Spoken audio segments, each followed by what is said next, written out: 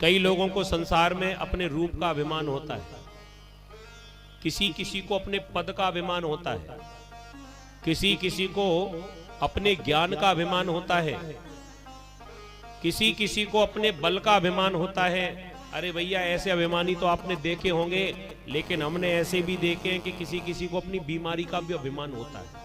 हम बड़े बीमार हैं साहब, प्रेम से बोलो राधे राधे।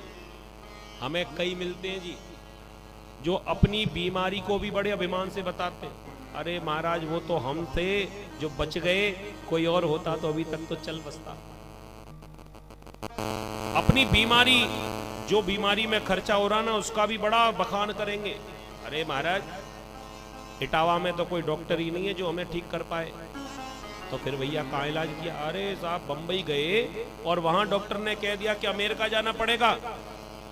तब हमने रात ही रात में व्यवस्था करी और हम यहां से सीधे अमेरिका गए।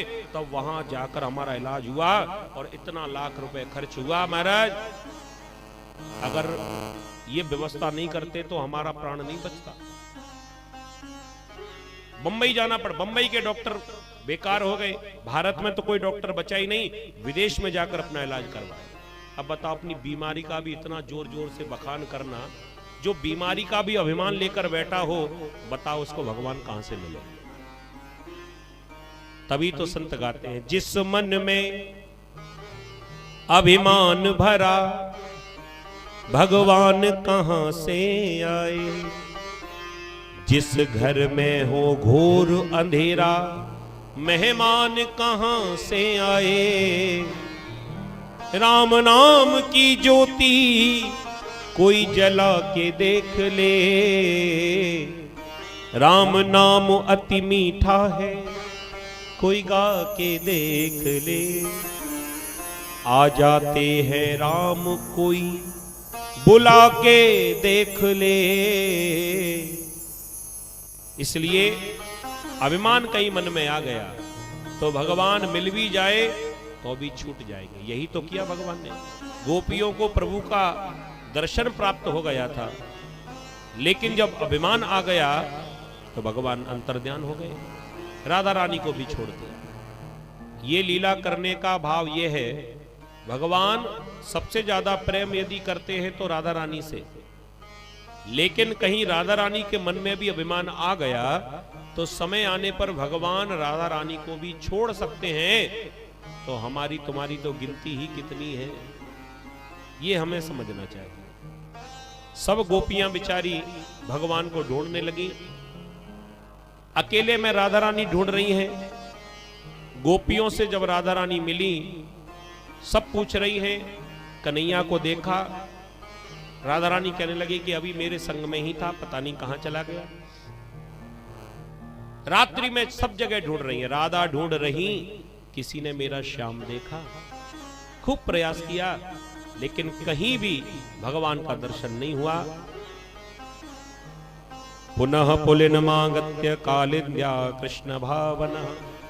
सारी गोपियां राधा रानी के साथ घूम फिरकर यमुना के किनारे वापस लौट कर आई और वहां पर रो रो कर भगवान को पुकारने लगे। ढूंढने से नहीं मिले, सब जगह ढूंढ रही, लताओं पताओं से ढूंढ रही, पूछ रही हैं, कृष्ण को देखा?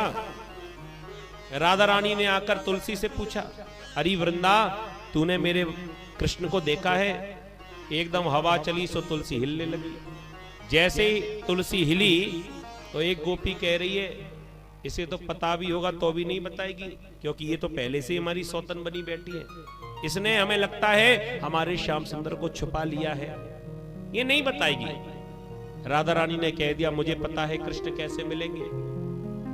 मुझे मालूम है कि मेरी आंखों में कभी आंसू नहीं आने देते। जब भी मैं रोती हूं, याद करती हूं, पता नहीं कहां से कृष्ण आता है मेरे आंसुओं को पहुंचने के लिए। आज मुझे लगता है कि मेरे आंसू पहुंचने के लिए जरूर आएगा। तो सारी गोपियां एक स्वर में रोने लगी और संग ही संग गाने लगी। देखो भाई, काम एक ही हो सकता है, या तो कोई रो सकता है और कोई अगर गाए तो फिर गा ही सकता है। दोनों काम एक साथ हो सकते हैं क्या? लेकिन हमारी भारत की माता इतनी टैलेंटेड है ये एक ही साथ में 3-4 काम कर लेती है, हमने कई बार देखा। ये संग की संग गा भी सकती हैं और एक साथ रो भी सकती हैं। आपने देखा है कभी ऐसे? बेटी को जब विदा करती है ना, तो हमने कई माताओं को देखा है, बेचारी रोती भी जाती हैं और संग में गाती भी जाती हैं। एक साथ 2 काम कर रही हैं। अच्छा देखो कितना मैनेजमेंट है इनके हाथ में। ये रो भी रही हैं, गा भी रही हैं, अपनी बेटी को समझा भी रही हैं कि तेरी ननद आएगी तो ये 500 का नोट रखा है, इसको दे देना। सब कुछ कर रही हैं एक साथ। जब कोई आ जाए तेरे सामने, कोई पानी पिलाए, कोई चाय पिलाए, तो उसे खाली मत जाने देना, कुछ ना कुछ उसको दे देना। और तब तक कोई बिटिया पीछे से आई, बुआ जी वो मिठाई के डिब्बे रखे, वो जरा चाबी तो दो अंदर के कमरे की। तो रोती भी जा रही है, गाती भी जा रही है, बेटी को सब कुछ समझाती भी जा रही है, लेकिन जो चाबी ले गई ना उसका भी ध्यान रखें। कहने लगी, काजल ये चाबी मुझको ही दियो, किसी और को मत दियो। कितना मैनेजमेंट है माताओं के हाथ में, सोचो। तभी तो इनको शक्ति का रूप माना गया है। हमारे यहाँ पर जो देवी हैं उनकी अष्टभुजाएं हैं कि नहीं? अष्टभुजा का अर्थ क्या है? एक साथ में कितने सारे काम कर सकते हैं। और हमारे भाई लोग कहीं बेटी के विदाई के समय रोने लग जाए ना, तो रोने के अलावा दूसरा काम ही नहीं होगा उनका। वो कुछ नहीं कर सकते, अपने आप को भी भूल जाएंगे। लेकिन माताओं के ऊपर, माताओं के पास इतनी शक्ति है। आज गोपियां भी कुछ इसी प्रकार रोती भी जा रही हैं और कृष्ण के लिए गाती भी जा रही है। बड़ा अंदर से भाव निकला। देखो ये कृष्ण के लिए आंसू तो किसी भक्त के ही निकल सकते हैं। एक जगह कहीं हमने पढ़ा था, शायद फेसबुक यूनिवर्सिटी पर पढ़ा होगा। ये भी तो यूनिवर्सिटी है ना, बड़ा ज्ञान मिलता है इस पर भी। वहां पर हमने कहीं पढ़ा था कि कहीं पूजा पाठ करते हुए या कोई भजन सुनते हुए हमारी आंख से आंसू निकल जाएं, तो यूं समझना चाहिए कि भगवान ने हमारी जो प्रार्थना है उसको स्वीकार कर लिया। तो गोपियां रोती जा रही हैं। क्या सुंदर भाव है। 19 श्लोक है।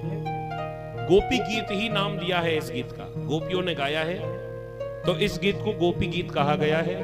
अब हिंदी के भजन तो आपने बहुत सुने हैं, एक संस्कृत का सुन लीजिए। गोप्या ऊचः जयति तेधिकम् जन्मनां ब्रजः श्रयत इंदिरा सस्वदत्रहि।